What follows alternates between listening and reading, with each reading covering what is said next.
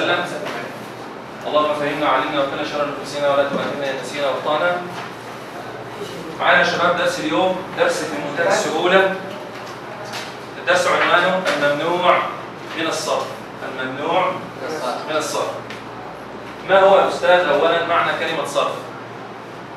حد يستطيع أن يقول ما معنى كلمة صرف؟ كلمة صرف في اللغة تفضل. جميل أحسن. كلمة صرف في اللغة بمعنى التنوين.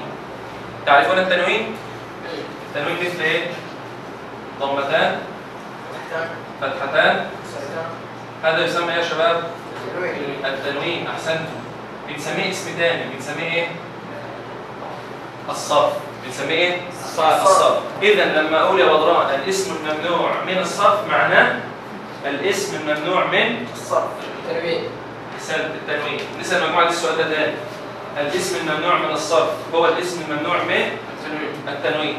الاسم الممنوع من الصرف هو الاسم الممنوع من التنوين. أحسنتم.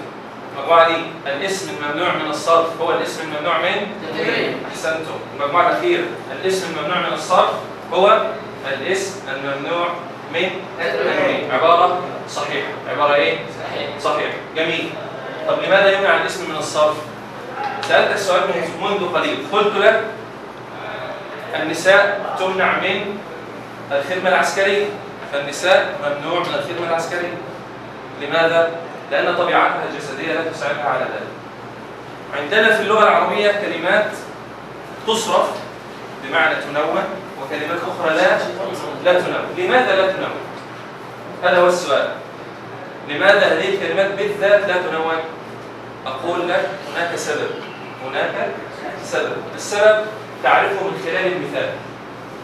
نبدأ مثلا بالمثال الأول مع مجموعة حروف الجر. مجموعة حروف الجر معايا؟ اتفضل اقرأ يا عبد الرحمن. مختوم بألف وهمزة للثاني. اقرأ المثال. حمراء صحراء. حمراء وصحراء. أحسن. اتفضل على السبورة.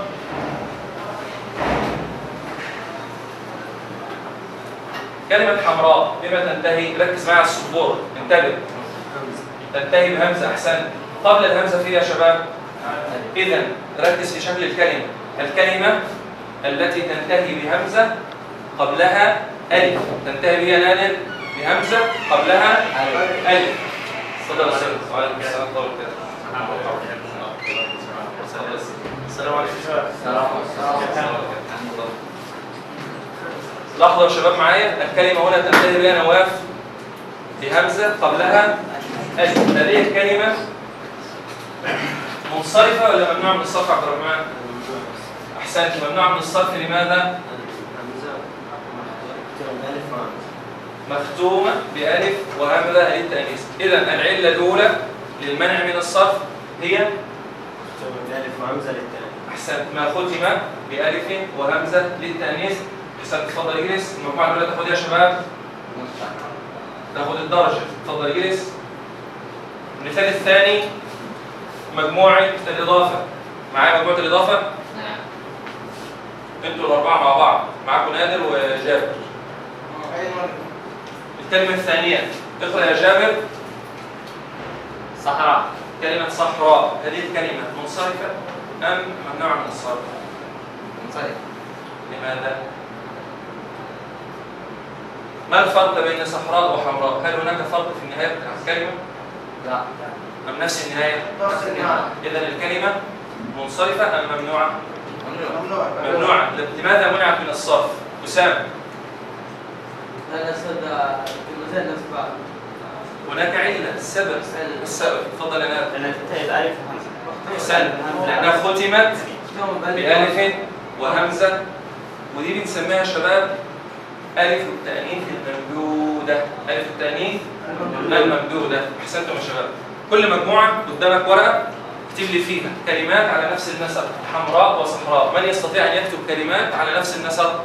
الورقة قدامك اتفضل. اكتب الكلمات اللي ذهنك مثل حمراء وصحراء. قدامك دقيقة.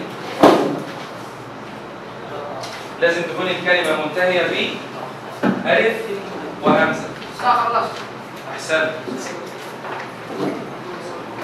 مين خلص تاني؟ من الذي انتهى؟ احسنت يا عمار. قدامك نص دقيقة فقط.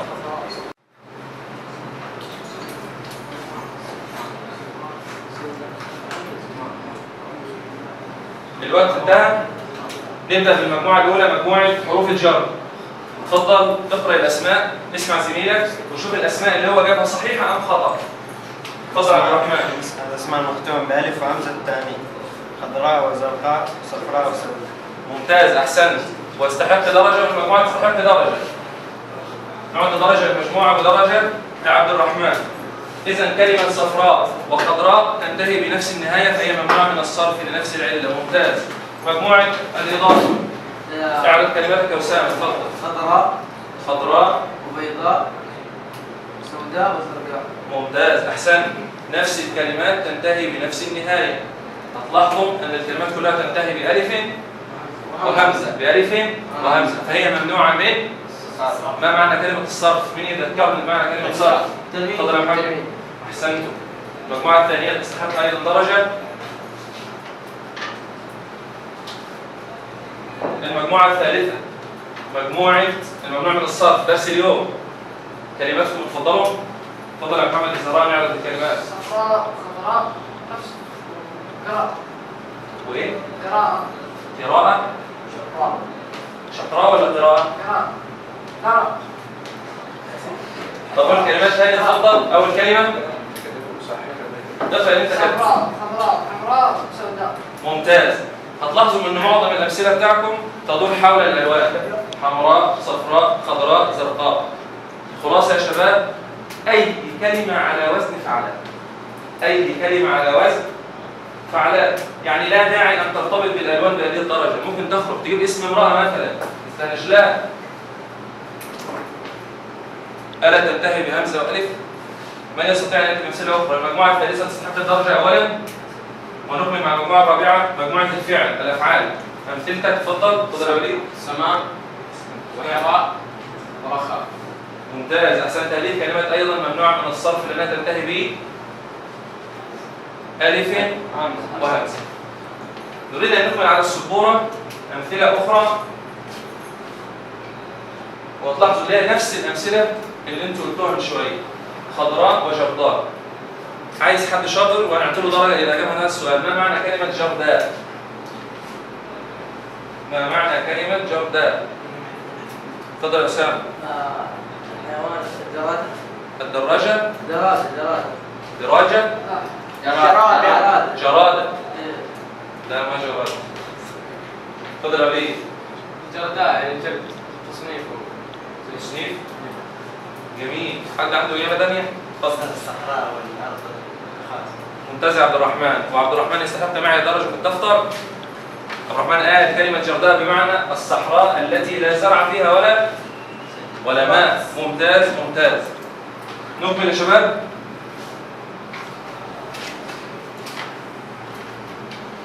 المجموعة الأولى مجموعة حروف الجر. عمار اقرأ يا عمار المثال الأول. اتفضل على السبورة. تعالى هنا. اتفضل.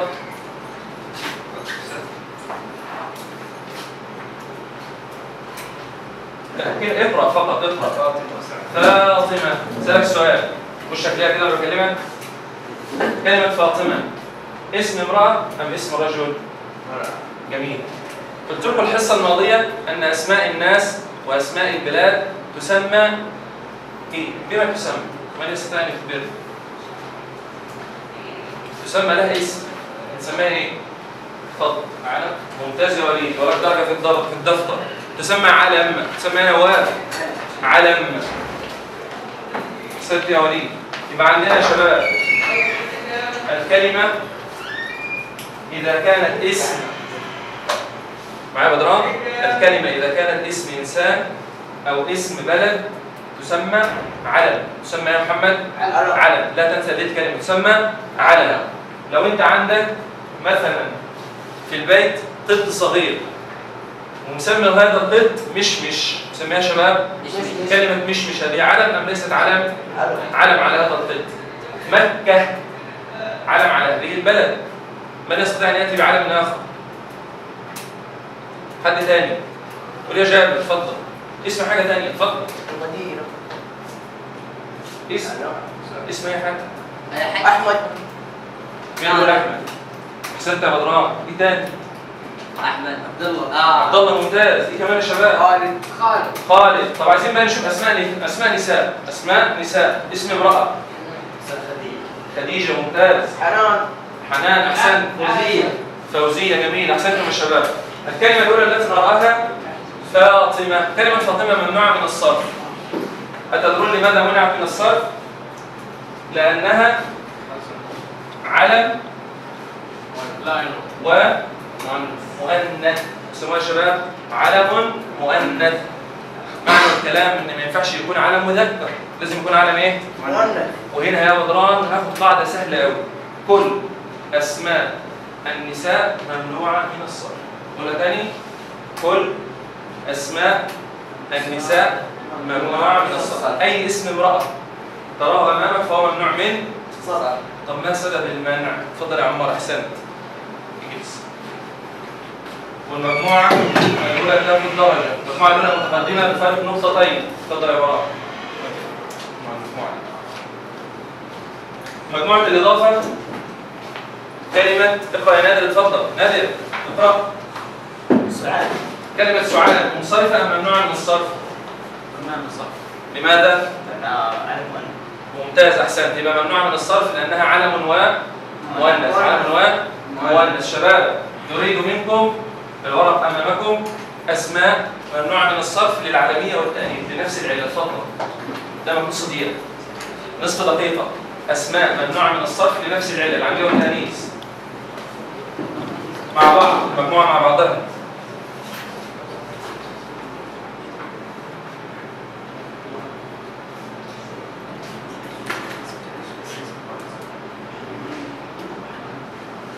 انتهى الوقت. نسمع المجموعة الأولى. اتفضل. الاسماء بتاعك. اتفضل يا عمار اقرأ. زينب وخديجة. ممتاز. زينب وخديجة. المجموعة الثانية حواء وعائشة. حواء وعائشة. أحسنت. المجموعة الثالثة. اتفضل. حنان وسارة. ممتاز. حنان وسارة. المجموعة الرابعة. محمد وعبيد. أحسنتم. وكل مجموعة تستحق الدرجة. ولا زالت المجموعة الأولى في المقدمة. نرى الأمثلة التي معنا وهي نفس الأمثلة التي ذكرتموها خديجة وزينب. أحسنتم يا شباب. المثال اللي بعده يبدأ بالمجموعة الأولى. اتفضل يا عبد الرحمن اقرأ. أنا واسم. اقرأ هنا.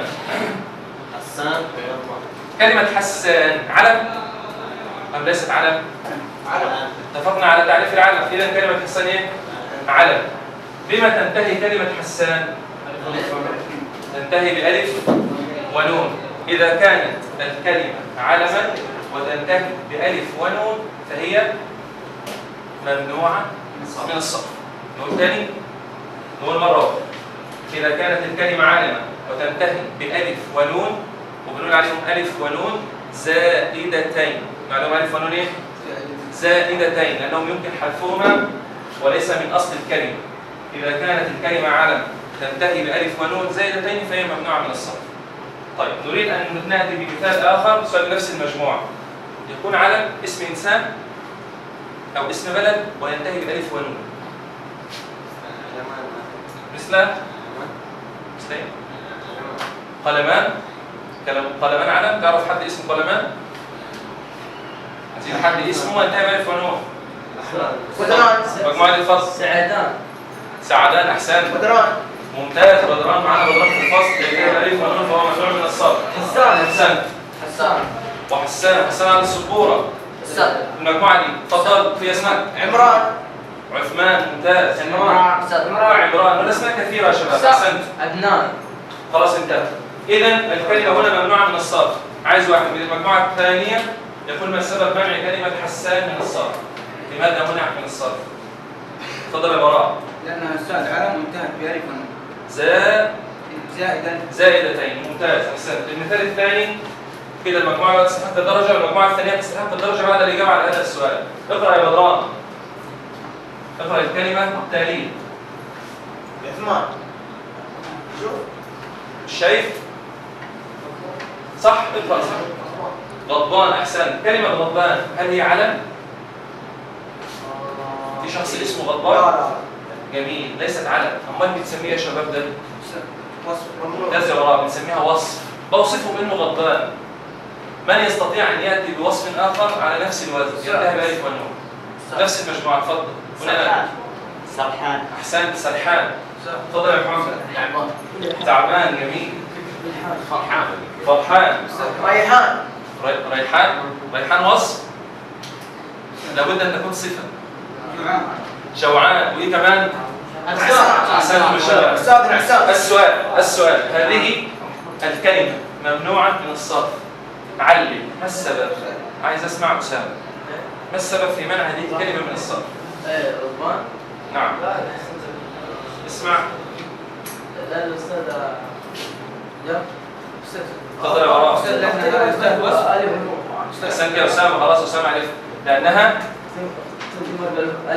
ختمت بألف ونون، ولكنها ليست علم، بنسميها وصف. نسميها يا شباب إذا الكلمة إذا كانت علما أو وصفا وختمت بالألف ونون الزائدتين فهي ممنوعة من الصرف.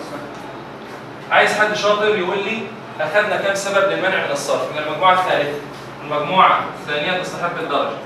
المجموعة الثالثة أخذت 3 أسباب للمنع من الصرف. ما هي؟ السبب الأول مختوم بألف همزة. مختوم بألف وهمزة، جميل. السبب الثاني مختوم بألف ونون. ممتاز. زائدتين وتكون الكلمة علما أو وصفا. السبب الثالث محمد الزهراني جمع بعد الألف حرفين وثلاثة. لا كده؟ صيغة منتهى المجموع. لا، بص على السبورة اللي أنا شرحته على السبورة. زمايلك واحد قد واحد قد دي لسه ما حدش قال.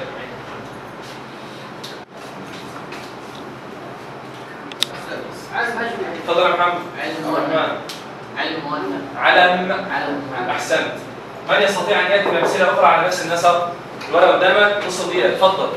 مستر حسان وغضبان. أمثلة في الورقة أمامك، أسرع. أسماء أعلام تنتهي بألف من الصرف لأنها علم أعجمي. جميل. المجموعة الثانية مايكل. ممتاز. كلمة مايكل ممنوعة من الصرف لأنها علم أعجمي. براء وعبد الرحمن كل منهما يستحق الدرجة. بنزيمة. ميسي. هل كلمة بنزيمة علم؟ برضه في كمان كل معاه كريست. كل أسماء اللاعبين في الفرق الأجنبية تقريبا كلها أسماء أعجمية ممنوعة من الصرف. المجموعة الثالثة أحسنتم الشباب. كريستيانو. ممتاز. أحسنت. المجموعة الأخيرة لسه. ممتاز يا أبي. إذا المجموعات كلها تستحق درجة. وكده نكون انتهينا من علل اليوم، ونريد أن نجيب على السؤال الموجود في الأهداف. وكل مجموعة تأخذ كلمة. المجموعة الأولى اتفضل. الكلمة الأولى كلمة نشلة ممنوعة من الصرف ليه؟ لماذا؟ لأنه مكتوب بألف وهمزة للتاني. أحسنت، لأنه مكتوب بألف وهمزة للتأنيث. المجموعة الثانية فاطمة. مين اللي بيجاوب فيه؟ اتفقوا على واحد. من اللي يجيب السؤال؟ اتفضل. لأنه علم مؤنث. أحسنت. المجموعة الثالثة كلمة عثمان. لماذا منعت من الصرف؟ مختوم بألف ونون. أحسنت. علم أم وصف يا عبد الرحمن؟ علم. أحسنت. المجموعة الأخيرة كلمة غضبان. غضبان علم؟ لا. وصف ماله؟ مختوم بألف. أحسنتم يا شباب، بارك الله فيكم. السؤال الأخير بعد ما نعطي كل مجموعة درجة. ما شاء الله تنافس شديد اليوم، بارك الله فيكم.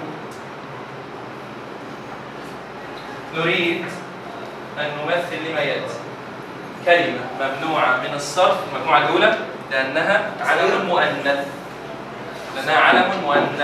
المجموعة دي علم مؤنث يعني اسم امرأة. ممتاز. طب سؤال لنفس المجموعة، لو قلت مكة بلد الله الحرام، كلمة مكة ممنوعة من الصرف أو ليست ممنوعة من الصرف؟ لماذا؟ ممتاز. لأنه علم مؤنث. لا يشترط أن يكون المؤنث حقيقي.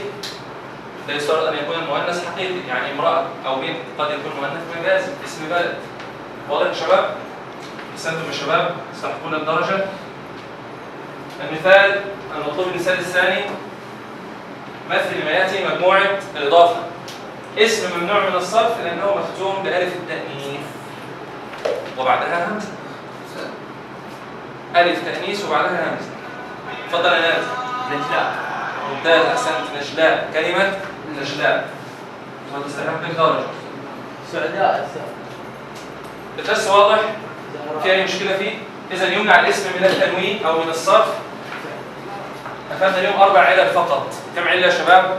4 علل. العلة الأولى يمنع من الصرف لأنه إذا ختم بألف وهمزة التأنيث. ثانيا إذا كان علما مؤنثا. ثالثا إذا كان علما وصفا مختوما بألف ونون زائدتين. إذا كان علما أعجمي. معانا ورقة عمل بسيطة هتأكد على هذه المعلومات. أنا بصحح عليك. تفضل تحلها. السؤال بسيط جدا. أكمل. قدامك بالظبط 4 دقائق.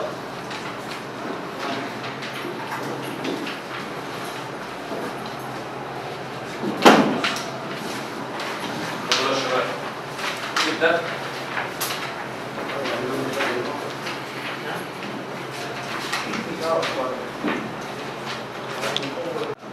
الحصة المميزة اللي احنا استفدنا منها كلنا يعني، وأتمنى إن أنتم كأبناء تكونوا استفدتوا من شرح الاستاذ والمجهود اللي بيبذل بعض التخصصات يعني. بس أنا أبغى أستفسر منكم على معلومة واحدة يعني. أنتم أخذتم فيها كلمة حمراء صح؟ مختوم بألف وهمزة للتأنيث. طيب أنا لو جبت كلمة ثانية لو أنا مثلا جبت كلمة هو نفس كلمة حمراء وكلمة سمع،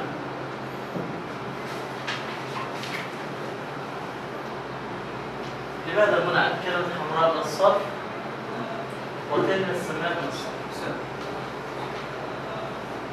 أي فرق؟ لأن الألف في حمراء منها موصلة مع أي حرف، أما في السماء موصلة مع الألف. موصلة مع الألف موجودة في النيل. طب ترى أبو رأي ثاني. تفضل. لأنه مختوم بألف مختوم بألف وهمزة للتأنيث. طيب كيف الفرق بين الهمزة دي للتأنيث والهمزة دي للتأنيث؟ تفضل. إذا مثلا شلنا الألف والهمزة يكون في معنى الاثنين. زي مثلا سماع مثلا تيجي كلمة سم، لكن حمراء لو شلنا حمر. كلامك جميل يعني كده هندخل في جو التفرقة يعني. أنا أردت في جو التفرقة بين الكلمات عشان يكون مخك قال صح المعلومة صح يعني. السؤال الأدق، السؤال يقول مختوم بألف وهمزة للتأنيث. كيف أعرف إن الهمزة للتأنيث؟ كيف أعرف إن الهمزة للتأنيث؟ يعني مثلا أنا أليس من حقي أن أقول أن كلمة السماء هذه نوع من الصرف لأنها مؤنث؟ أليست السماء مؤنثة؟ صح ولا لا؟ طيب تفضل. الأستاذ حمراء الهمزة كسرة؟ الهمزة إيش؟ حركتها كسرة؟ ما عادي ممكن تيجي هنا كسرة وممكن تيجي هنا كسرة. عادي. كيف الفرق ما بين إن تكون الهمزة للتأنيث وهمزة غير للتأنيث؟ معنى إن هو يقول لي إن في همزة للتأنيث معناه يا شباب إن في همزة ليست لإيش؟ للتأنيث، هو كلام منطقي. إذا أنا عشان أقدر أفرق ما بين الهمزة للتأنيث والهمزة غير للتأنيث أعرف إن الهمزة كم نوع؟ أو 3 أنواع همزة. في همزة أصلية وفي همزة تمام؟ في همزة للتأنيث وفي همزة ليست للتأنيث. هنسميها إيه؟ همزة منقلبة عن أصل. يعني هي أصلها حاجة وانقلبت. عندنا هنا في البادية أو في البوادي أو في أماكن يقول لك رفع الأرض والإيش؟ والسماء. ويأكل الهمزة. إيش يأكل الهمزة؟ هي الهمزة أصلها هنا ما هي أصلية. ما هي ولا زائدة للتأنيث. أمال إيه؟ منقلب. منقلب يعني أصلها حرف ثاني. أعرف الفرق كده عشان أطول عليكم عشان الحصة الجاية. كلمة حمراء يا شباب أنا عشان أعرف هي للتأنيث ولا زائدة يبقى أنا هتفرق دلوقتي عندي همزة أصلية وهمزة للتأنيث وهمزة منقلبة. وهمزة ايش؟ منقلبة. الأصلية مثلا يا ولاد لو جبت كلمة زي كلمة إنشاء، هذه كلمة ايش؟ إنشاء. مين يرجعها لي للماضي؟ أنشأ. تفضل. أنشأ. خليها ثلاثية، نقول ايش؟ أنشأ. نشأ. ممتاز. نشأ. طب مين يجيبها في المضارع؟ تفضل. ينشئ. هل الهمزة سقطت في الماضي؟ لا. ما سقطت في المضارع؟ سقطت؟ إذا نسميها ايش؟ أصلية. ما سقطت لا في الماضي، ما طاحت مني في الطريق ولا ماشي، ولا في المضارع، إذا نسميها أصلية. طيب، أمال أنا لو جبت كلمة زي كلمة مثلا حمراء أو صفراء، الألوان والعيوب نسميها إحنا باب كده الألوان والعيوب. زي مثلا تقول لي حمراء، خضراء، صحراء، صفراء، بيضاء، سوداء. أو ممكن تقول لي مثلا إيه؟ العيوب عوراء، حوراء، عرشاء. خدت بالك معايا العيوب اللي هي العيوب الجسمية أو كده. أقول لك أنا هات لي الماضي من حمراء. مين يجيب الماضي من حمراء؟ من بيضاء، من صحراء. إيه ده؟ ما في شيء من الماضي. حمراء. طب بيضاء؟ بيضاء. طيب عرجاء؟ عرجاء. طب صلعاء؟ يعني ما لها شعر، صح؟ صح ولا غلطان؟ إذا لما أنا رديتها إلى الماضي إيش اللي صار؟ سقطت الهمزة، صح؟ سقط. وهي 3 أحرف. كم حرف؟ 3 ايش؟ أحرف. يبقى إذا أنا هنا لما الهمزة سقطت معناها أن هذه الهمزة زائدة لإيش؟ للتأنيث. زائدة لإيش؟ وأصلا ما يقول لي إن المفهوم بألف وهمزة للتأنيث زائدة معناها يعني زائدة عن 3 أحرف. معناها زائدة عن 3 ايش؟ أحرف. آخر كلمة عشان لا نضيع عليكم الحصة الجاية، أنا هاخد كلمة وأخد كلمة إيش؟ سماع.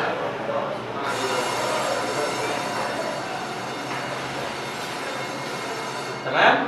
كلمة سماع هذه أبغى واحد يجيبها لي في الماضي. واحد يرفع لي يده كده وجه جديد أبغى أشوف. هاي اتفضل. سماع. طب أبغى واحد ثاني يحولها لي للمضارع. أبغى واحد يرفع يده، أبغى واحد جديد. واحد يرفع يده.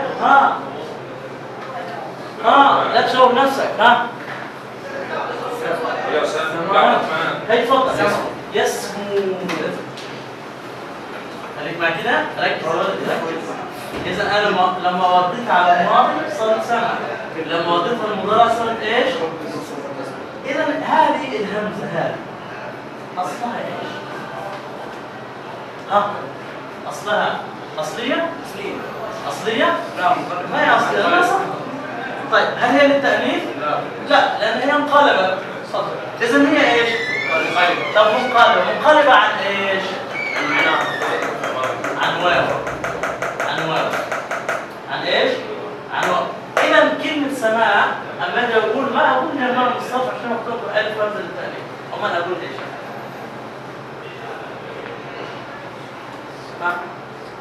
مؤنثة ولا منقلبة ولا زائدة للتأنيث؟ منقلب. هي منقلب. إذا هي نوع من الصرف عشان مكتوبة بألف وهمزة للتأنيث ولا لنا مؤنثة؟ مؤنثة؟ أسيبها لكم مع أسيبها لكم مع الأستاذ محمد. أسيبها لكم مع الأستاذ عامة. مفيش مشكلة يكملها معكم إن شاء الله الحصة الجاية عشان نضع عليكم الحصة الجاية. واشكركم على حسن تعاونكم مع الاستاذ محمد، وان شاء الله نتمنى ان احنا كده نشوف منكم يا رب دايما عباقرة في اللغة العربية تفيدون اخوانكم، اولادكم، اخواتكم، المجتمع اللي انتم عايشين فيه. جزاكم الله خير. شكرا.